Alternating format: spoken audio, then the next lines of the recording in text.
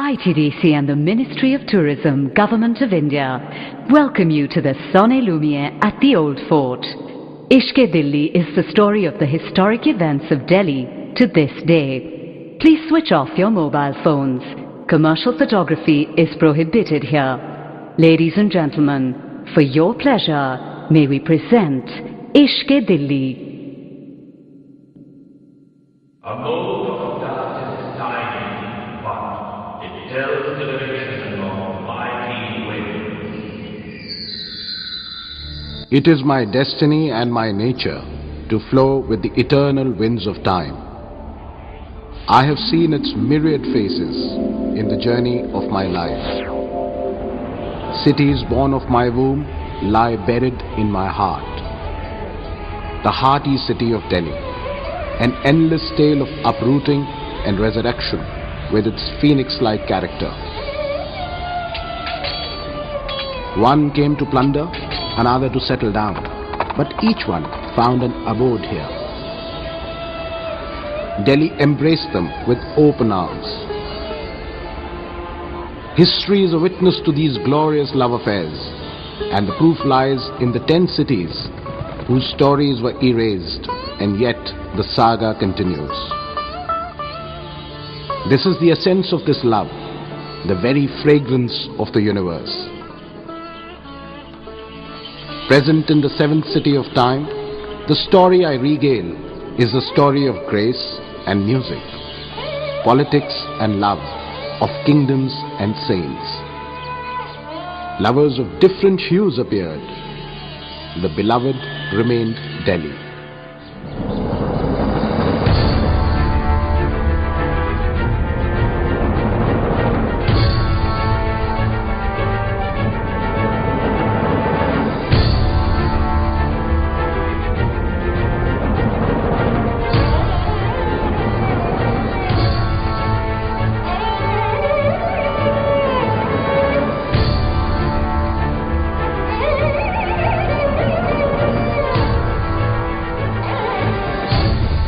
The twain shall never meet, but one is unimaginable without the other.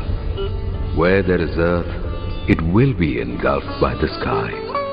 The speck of dust, witness to the antics of time, inscribed this fable of love in the book of his heart. And I, steady, stable, watched its next turn. 24 yards, 8 digits a door. Is seated the Sultan. Don't miss him, Chauhan. Prithvi Raj Chauhan. The very first chapter opens on the name of this renowned warrior prince. After travelling through Rajasthan, Gujarat and eastern Punjab, when this Rajput prince from Ajmer placed his eyes on Delhi, he could not resist its manifold charms and made it his capital. What remains of this Rajput's glorious reign today is the fortress of Kila Rai Pithora near Ladosarai. Prithvi Raj Chauhan's bravery was renowned in the land. He was famous as the one whose arrows pierced words. To save Delhi from getting vanquished, he fought twice with the Turk Muhammad Ghori. The battlefield of Tarayan turned red with pools of blood.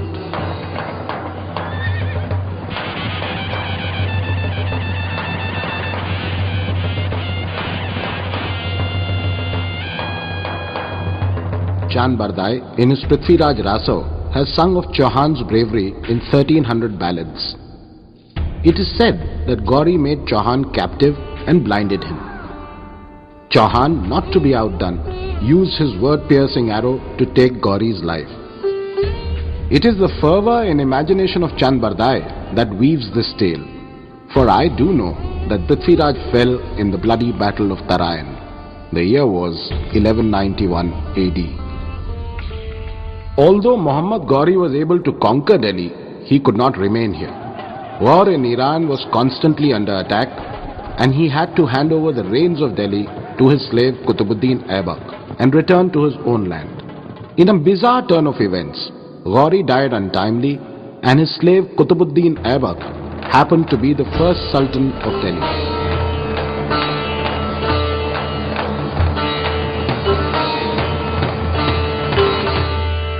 The Turkish sultans would purchase slaves from the markets of Bukhara and Samarkand and train a select few in the art of combat and then grant them high titles. One such slave, Iltutmish, was blessed in his stars. Within 4 years, Qutbuddin Aibak passed away. Qutbuddin had married off his daughter with a slave of his. Qutb's slave, son-in-law and governor of Badayu, Shamsuddin Iltutmish, thus came to be the second Sultan of Delhi. The city, built by the Turks in 1206, is still known as Qutb Mehrauli. The White Palace, Red Palace, Green Palace, the Mosque Qubatul Islam, madrasas and minars were the pride of this beautiful city. Indian masons and artisans embraced new artistic inputs and merged them effortlessly with traditional forms. The palaces and mosques are now reduced to ashes, but the 74-meter high tower of the Sufi saint Bakhtiyar Kaki stands tall even today.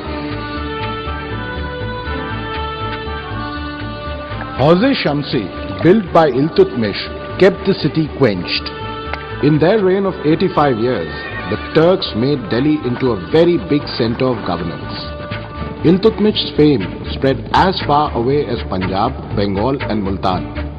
After the glorious era of King Harshvardhan, this was India's second sunrise. The speck of dust was entrenched in these stories of time. Iltutmish was on his deathbed and worried about the future of his kingdom. Now what was to take place, the annals of history had perhaps never witnessed. My sons are debauched, lost in youthful avarice, and not even one is fit to ascend the throne. Razia, my daughter, is most capable and wise.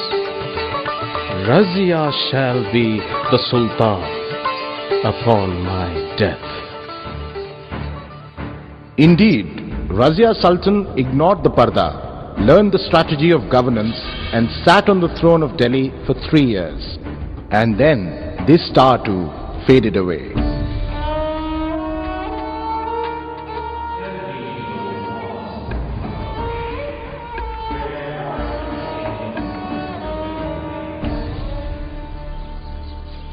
The Hauz-e Shamsi of Iltutmish kept Qutb Mehrauli well watered. But getting the hot stones of Aravali to produce water was a futile task. The increasing population in the 13th century then settled on the western banks of Yamuna, and thus came about Kaikobad's Kilokri. Today's Jangpura extension is the Kilokri of erstwhile times. The ravages of time have of course left no trace of its existence. My memoirs were so inscribed by Ziauddin Barni on the pages of Tarikh-e-Firozshahi.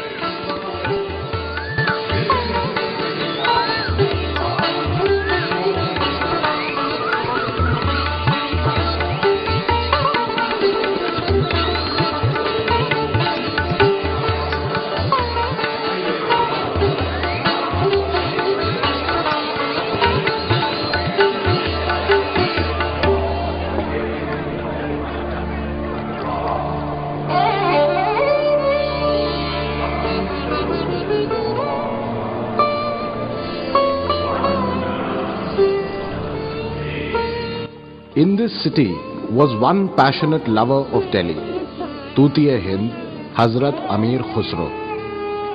If his poems spoke of the sultans, they also spoke of his undying love for Delhi. If they were given to questions of philosophy and thought, they were also redolent with youthful romance. The worldly and soulful poetry of Khusro flowed from the courts of the sultans to the dargah of Sheikh Nizamuddin, from the fort walls to the narrow alleys, and his words overflowed with his love for Delhi.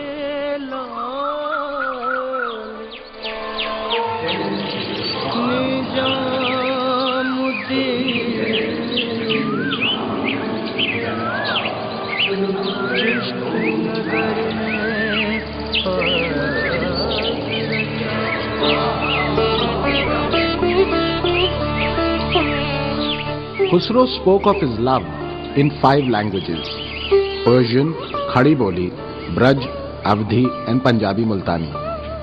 A court poet with 5 sultans, the poetry of Khusro was born of the land which is a melting pot of 2 major cultures. It owes its existence neither to Hindui nor Persian, Braj or Avdhi, but is resonant of his own unique style. Born in Etah in the Doab, Khusro arrived in Delhi at the tender age of 8 years and now lies buried in her arms. However, he shall live in my heart till the end of time. I sometimes hear the winds hum the song of his love.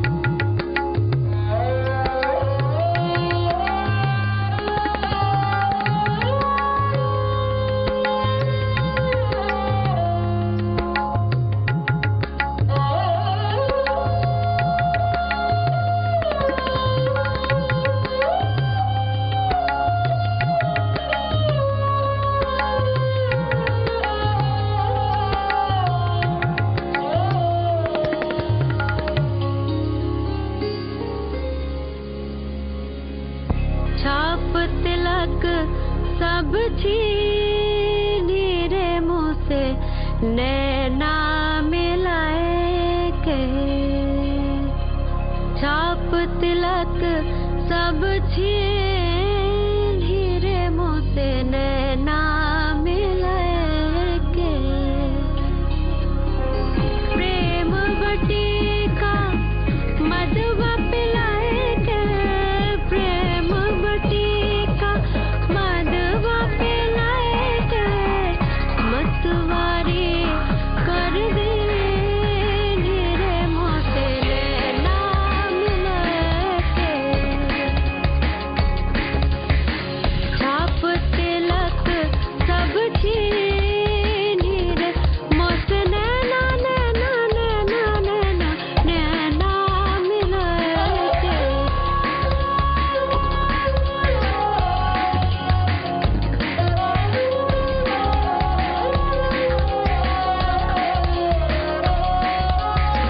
Khusro निजाम पे बलि बलि गई रे।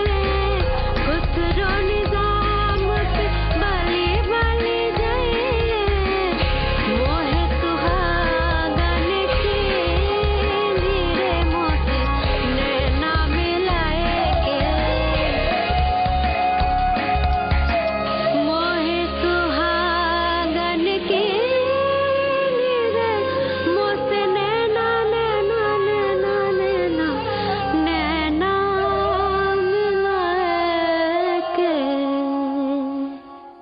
Neither enter nor remain in the dark night. How vain lie nameless without thee. Time is fond of the twists of the game of chess, or perhaps it is the cyclic nature of the universe. What is born shall die, and what is dead shall be reborn. The time had signaled an end for the glory of Kaikobad's court. The Khalji chieftains conspired, and one day Kaikobad was found dead on the banks of the river Yamuna. And with this, the reign of the slave dynasty, which began with Qutbuddin Aibak in the hillocks of Aravali, came to an end on these very banks of river Yamuna. 1290 saw Jalaluddin Khalji, the traitor chieftain of Kaikobad, establish a new dynasty to rule over Delhi. As the days went by, the city flourished, the palace became more ostentatious, markets were established, the city was walled and named Sheher-e-Nau, or a new city. However, in this continuous saga of resurrection and doom, the story was to take another twist. Far away on the banks of the Ganga, near Kada Manikpur, Jalaluddin Khalji's nephew, Alauddin Khalji, murdered him, lusting the throne of Delhi. It was raining heavily when he rode into the city gates, squandering coins of gold, and held the court not in Sheher-e-Nau but in Qutub Mehroli. Horse Khas was built and kept the city quenched. Kilokri was now a forgotten story. The dawn of the Khaljis was the dusk for Kilokri. War is a synonym for destruction, yet the city of Siri was born on a battlefield. A storm arose from the borders of China, engulfing Iran, Middle Asia and Russia. This was a tribe which under the aegis of Genghis Khan had laid claim on much of the territories of the old world. When Delhi was attacked, Alauddin Khalji removed his crown and put on his armor. He handed the keys of the harem and treasury to his general and set up a camp in the far-away flat grounds of Siri. An intense battle ensued and Alauddin Khalji emerged victorious.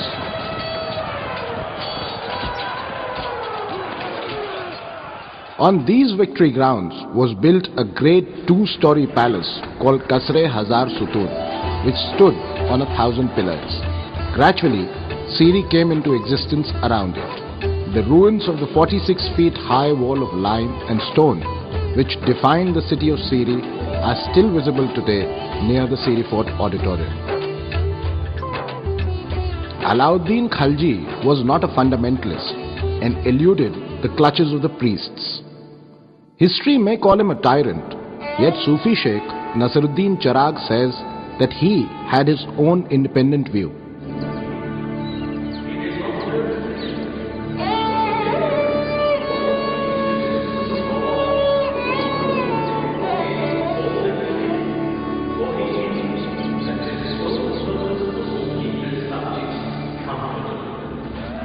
He reduced the salary of his forces when he went for battle against the Mongols. At the same time, he also reduced the prices of commodities. The markets of Delhi were flooded with goods for his subjects. After his death, the people of Delhi blessed him in their prayers and tied pious threads to his grave.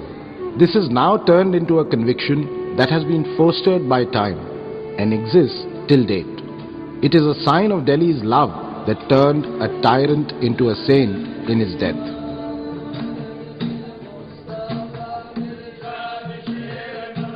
His son Qutubuddin Khalji did ascend the throne, but like a guest. One day, one of his chieftains, Ghazi Malik, advised Qutubuddin to build a new city. He looked at him askance, gave a condescending smile and said, "When you become a sultan, then you build your city."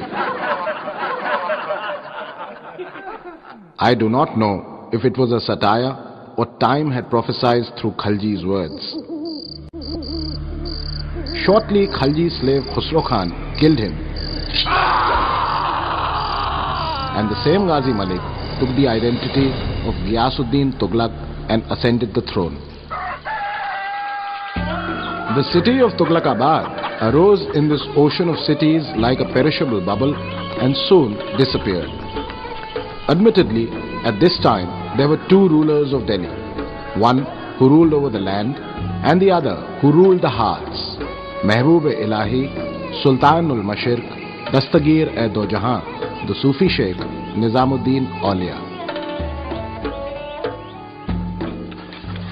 Ghiyasuddin Tughlaq began constructing his dream city of Tughlaqabad in an area of 6.5 miles, while far away from the city, Nizamuddin Aulia began to build a humble inn for the travelers. In order to build the city, Tughlaq ordered the removal of labor from working at the rest house. The labor, filled with love and respect for Aulia, decided to work for him at night. In retaliation, Tughlaq stopped the supply of oil for lighting the lamps. Prayers have power. Hazrat Nizamuddin used water instead of oil to light the lamps and cursed Tughlaq. Except for jackals and nomads, no one will ever stay in this city built by you.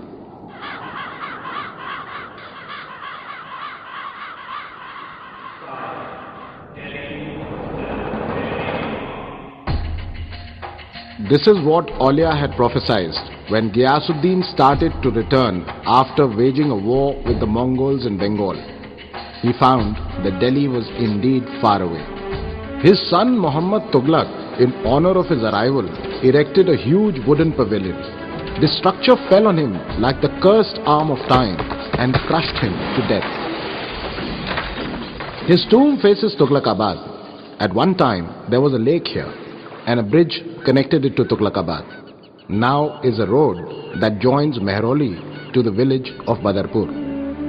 Whether you believe the curse of Aulia to be true or just a tall fantasy, the fact is that a dream city built on a war footing was reduced to ruins in merely 15 years. And even after 600 springs, millions celebrate at the mausoleum of Nizamuddin Aulia.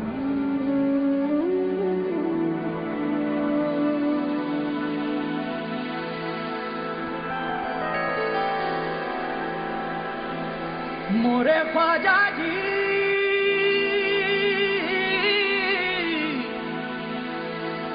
मोरे ख्वाजा जी हो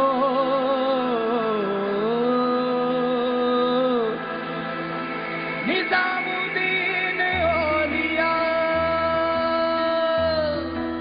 हो निजामुद्दीन औलिया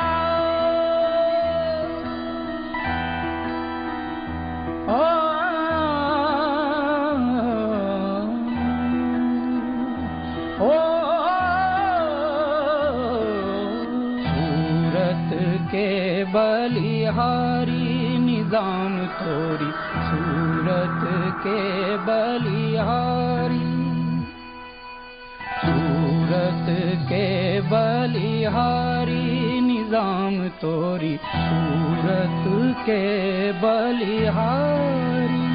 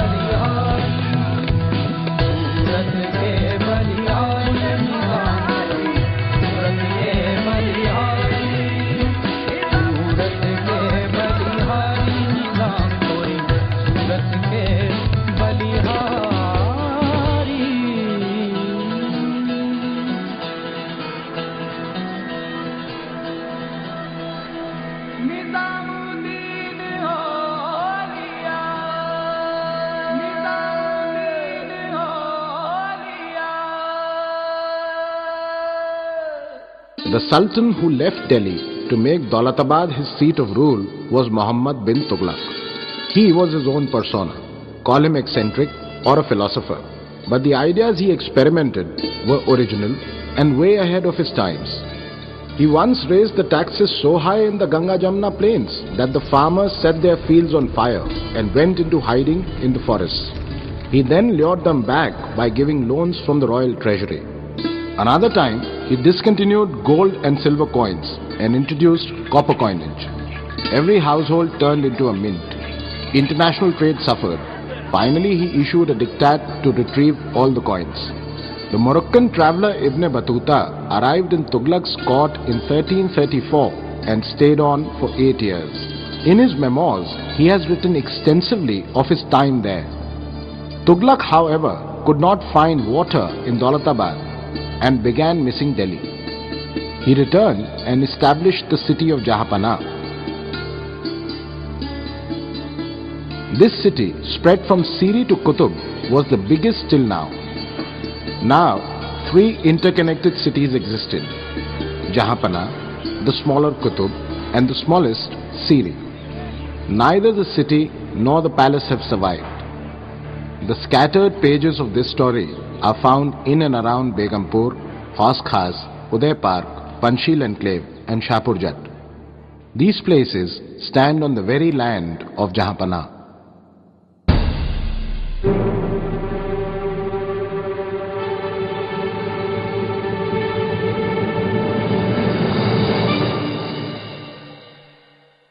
Every fan of cricket knows of the Firoz Shah Kotla grounds.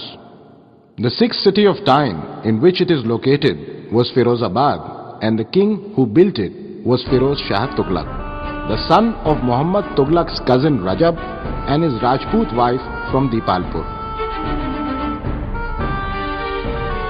He was so fond of architectural design and construction that he is often compared with Augustus Caesar. Far from the hills of Aravalli, on the banks of the river Yamuna, a huge city was built. 18 villages formed the basis of this city. It had 30 palaces, 200 rest houses, 4 hospitals, 10 hammams, 150 wells, and 1200 gardens. This city spread itself over 5 miles from Kotla to Shikar Mahal. Shikar Mahal was where Hindu Rao Hospital stands today.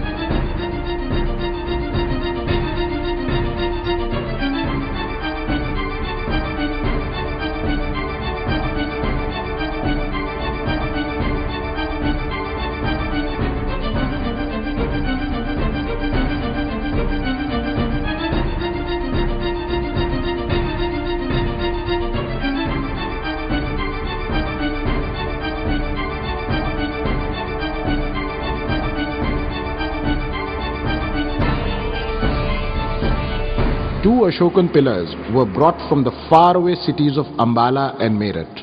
One was placed in the royal palace and the other in the Shikar Mahal. Public libraries, observatories for the study of stars, and the sundial for telling the time were erected. Mosques were built. Though you may not hear the call of Muezzin today, these have stood the test of time and can be seen in Khirki and Begumpur. Firoz Shah Tughlaq was a soft-hearted ruler. He reduced the tax of jizya levied on the Brahmins and got their texts translated into Persian. In 1368, when lightning struck the Qutub Minar, he had the top 2 minarets built again.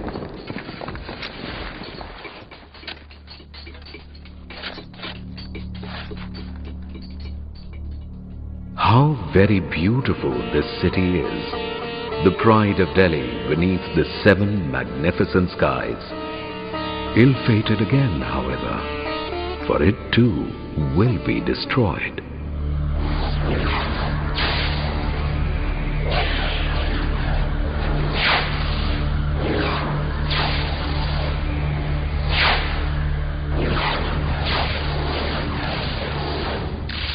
It is a cold December night. The only thing that warms it is the fresh blood flowing on the streets. For 3 days and 3 nights, I witnessed Delhi's bloodbath.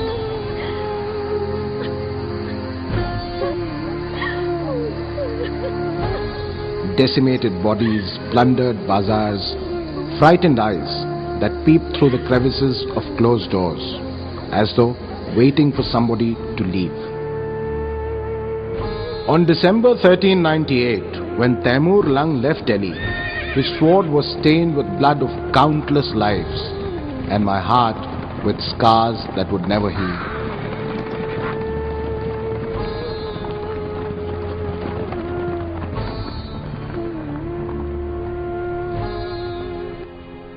Taimur rose like a storm from the mountains of Hindu Kush and attacked Delhi.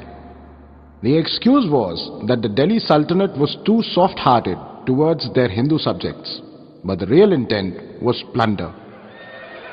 The flat grounds on which he set camp was what is now the Safdarjung airport, and where the battle ensued, the people plying on that Aurobindo Marg cannot begin to imagine the gruesome scenes that I witnessed.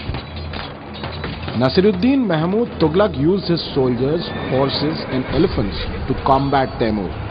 Elephants' tusks were laced with poison. In turn, Taimur placed haystacks on the backs of his camels and set them on fire. The scared camels ran towards the elephants, and the elephants ran amok onto their own army. In the midst of this chaos, Taimur proclaimed victory. Then followed the killings. Delhi was uprooted, and with it was uprooted the rule and dynasty of the Tughlaqs.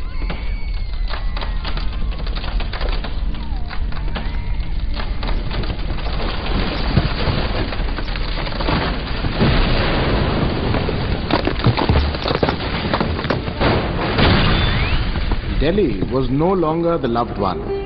The Sayyids came by and then the Lodhis. A few mosques were built and some mausoleums, but the fervor of love was not the same as before. After a long wait of 130 years, which seemed endless, in 1526, the son of Sikandar Lodhi Ibrahim faced Babur, the descendant of Taimur, in the Battle of Panipat.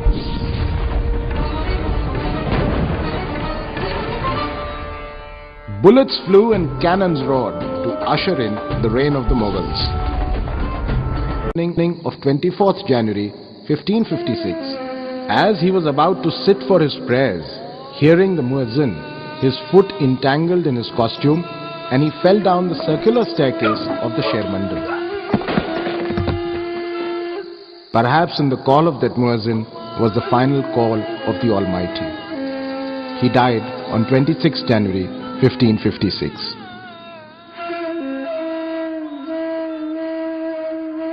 Though named Humayun, or the Fortunate One, misfortune hounded him throughout his life. An attractive personality, but ineffective. Won over Gujarat, Malwa and Bengal, but remained an opium addict. Remained a refugee for most of his life and dealt with many blows. This was the final one. This old fort where you are seated now is neither Deepana nor Shergarh. It is a united adoration of these two lovers of Delhi. The recorded history of the tales of the lovers of Delhi formed the pages of the Book of Heart of the Speck of Dust. However, even before Delhi, Deepana or Shergarh, there was always this pious land on the banks of the river Yamuna. Today's old fort and the land around it forms the backdrop for a grand epic written in 800 BC, which the world knows of as the Mahabharata. In the second of the 18 parts of the Mahabharata, the city of Indraprastha, depicted by Ved Vyas, is lost somewhere between here and the Nigambodh Ghats and this great mystery of the universe. When King Dhritarashtra portioned the land between the Kauravas and the Pandavas received the 5 villages of Tilpat, Bagpat, Panipat, Sonipat and Indrapat. The Pandavas, on the advice of Sri Krishna, decided to clear the forests of Indrapat or Indraprastha and make it their capital. They prayed to Agni Dev for help. When the forests burned, a demoness ran out and sought shelter in the arms of Arjuna. This was Maya. Maya was entrusted with the responsibility of building Indraprastha. The palace that was built was illusionary. Kings, saints and gods arrived from far and near to look at it. Duryodhan, the Kaurav prince, also took a tour of the city with his uncle Shakuni and was entranced. But it did not take long for this to turn into envy. The palace had many attractions that created illusions and deluded the mind. Duryodhan too was misled. As he lifted his foot to cross the courtyard of the palace, he fell into a pond instead. The maids and Queen Draupadi, who were looking on, began to laugh at the spectacle. Feeling insulted, he left the palace in anger. His uncle Shakuni incited him to seek revenge and invited Dharmaraj Yudhishthir to play a game of dice. Yudhishthir lost all that he possessed and finally put his wife Draupadi at stake. Seeking revenge, Duryodhan proceeded to disrobe Draupadi in the royal court. Draupadi cried out to Sri Krishna for help, and he saved her from getting shamed in public. For 13 years after this, the Pandavas stayed in exile. On their return, began the greatest epic battle for the sake of Dharma, the Mahabharata.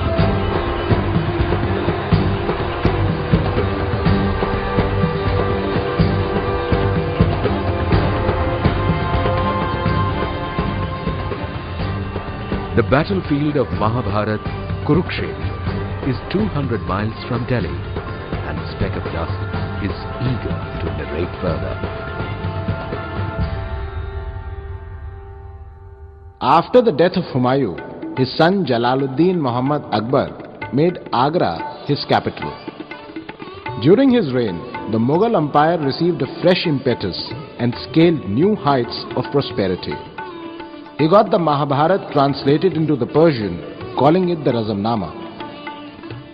In 1643, son of Jahangir and grandson of Akbar, Shah Jahan built in the memory of his wife, Mumtaz Mahal, a mausoleum which is the seventh wonder of the world.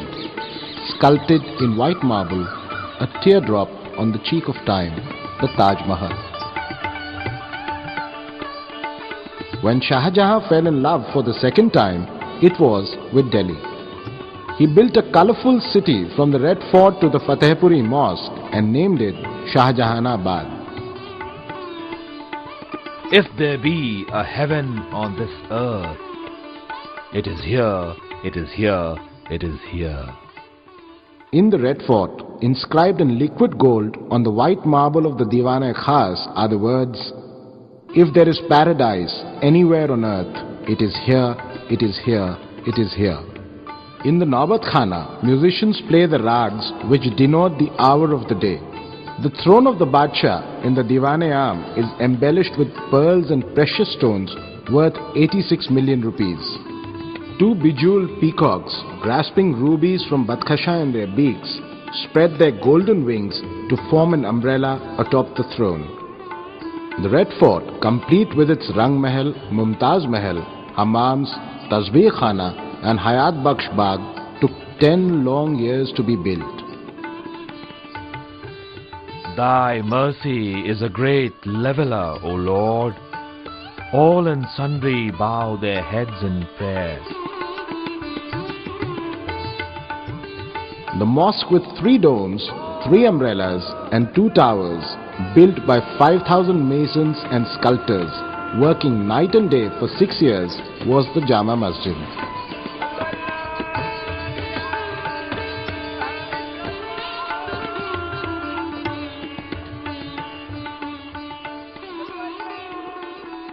Relish the biryani, kebabs, sharbats, faluda and shirmal here. Watch magicians cast a spell on the streets or hear a dastan go weave tales of fantasy of Hatim Tai and Sindbad. Wish to your heart's content. Buy a lover for the lovesick, elixir of youth for old, and pink of health for the ailing. There is so much here that the wealth of Kuber falls short. Between this bazaar runs a canal in which you can see the reflection of the shops laden with untold goods. This is the 1520 meters long Chandni Chowk, built by Jahan Ara, the daughter of Jahangir.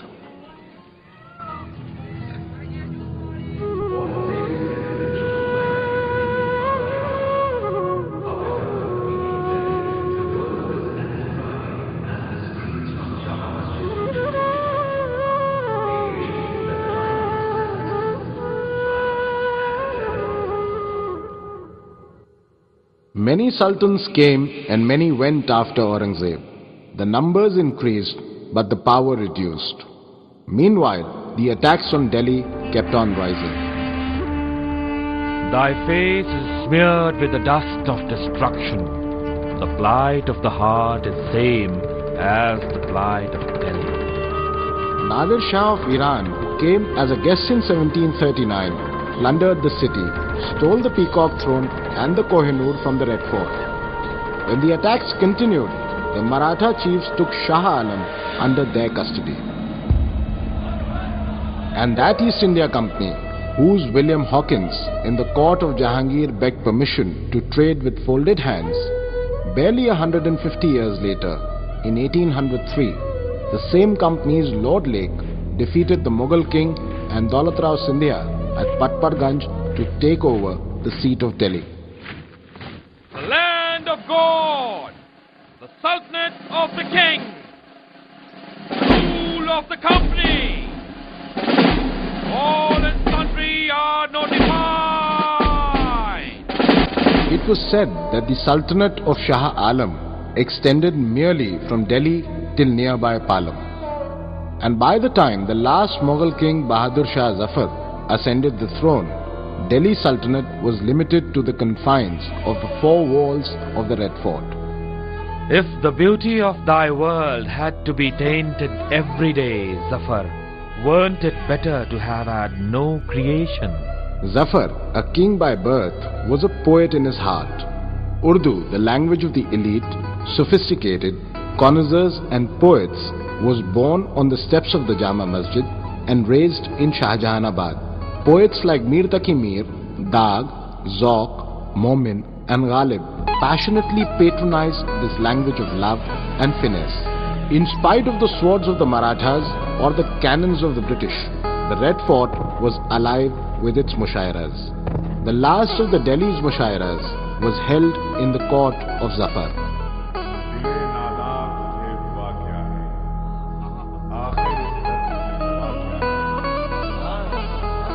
In 1857, a soldier named Mangal Pandey revolted in Barakpur, and by the time it reached Delhi, it became a full-fledged uprising.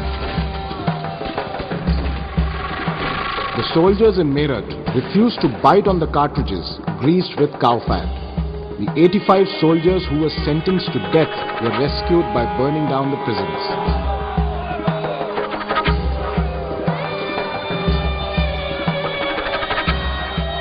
Rani Lakshmi Bai, Nana Sahib, Tatya Tope, Kunwar Singh, Begum Hazrat Mahal were committed to fight until death.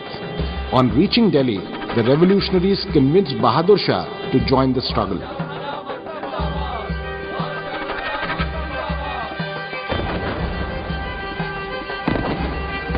On his orders, cannoneer Bakat Khan upturned the cannons. It took the British army 5 days to reach the Red Fort from the Kashmiri Gate. Bahadur Shah took refuge in Humayun's tomb. The British resident imprisoned him a day later.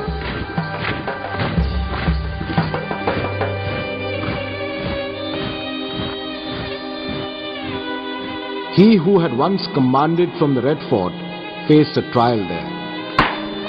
Court stands adjourned till 10 o'clock tomorrow morning. He was sentenced to a life imprisonment and exiled to Rangoon. And there, in 1862, this last of the great Mughals passed away. After 200 years of Mughal reign was finally written off by the British, they turned the Red Fort into a cantonment and continued to rule from Calcutta.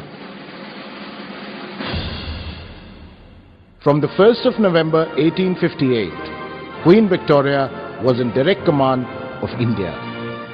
By December 1911, British rule was well established over most of India, and there were several problems in running it effectively from Calcutta. When Britain's newly crowned King George V and his Queen Mary arrived at the Bombay port, they were to board a 5-day train journey to Delhi.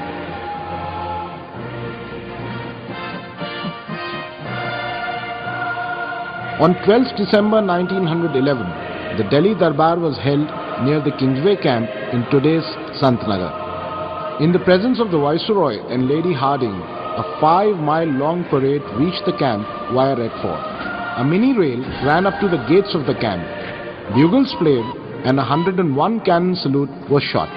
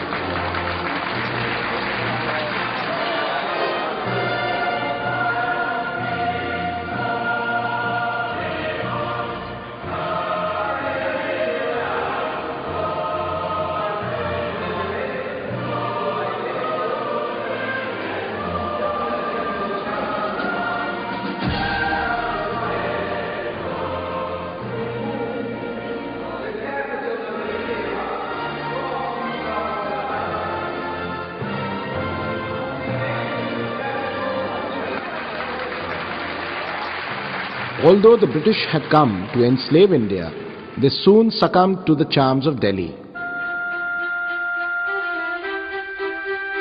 It was now their turn to make a new city, the 10th and the last, New Delhi. In 1912-1930, the duo entrusted with this task was Edward Lutyens and Herbert Baker. After a lot of rumination and arguments, it was at last decided that this symbol of British rule would adorn the Raisina Hills, south of Shahjahanabad. A mix of Western and Eastern cultures with balconies, umbrellas, domes, stupas and Grecian pillars. The Viceroy's palace in the center, the administrative offices on the sides. If a straight line were to be drawn from the old fort, it would cut through India Gate and end at the Viceroy's palace.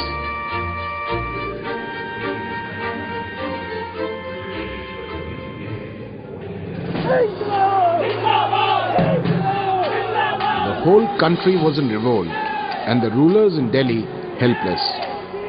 A population of 40 crores men and women had the sole desire in their heart, freedom. The efforts of Gandhi, Nehru, Gokhale, Patel, Tilak, Bose and Azad finally yielded results, and India earned her freedom on 15th August 1947.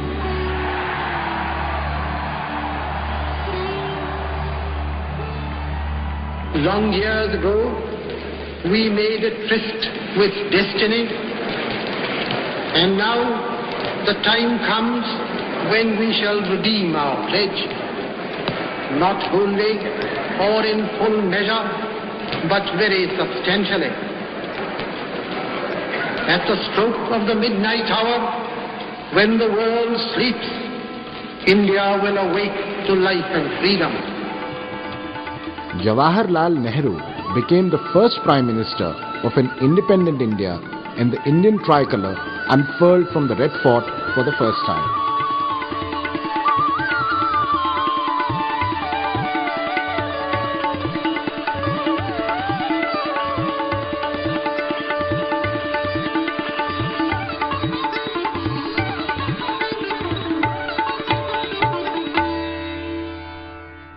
History too has been a witness to this truth. Moments had erred and centuries are paying the price. To unfurl the Indian flag at the Red Fort, India had to pay a heavy price by losing its two arms of Bengal and Punjab. The Radcliffe Commission drew a few lines on the map and the country was divided. The country that saw the dawn of independence on the foundations of unity and brotherhood was now torn apart by the politics of religion and the bloody nights of massacre.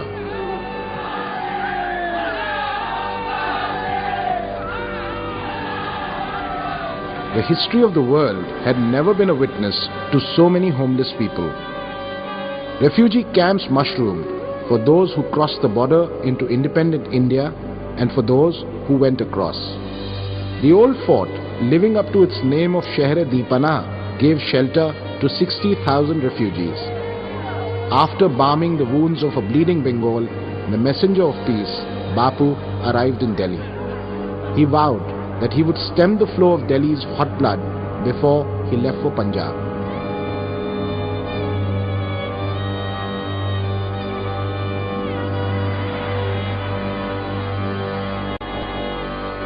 But 30th January 1948 saw the body of this saint from Sabarmati riddled by the bullets of Nathuram Godse. This great soldier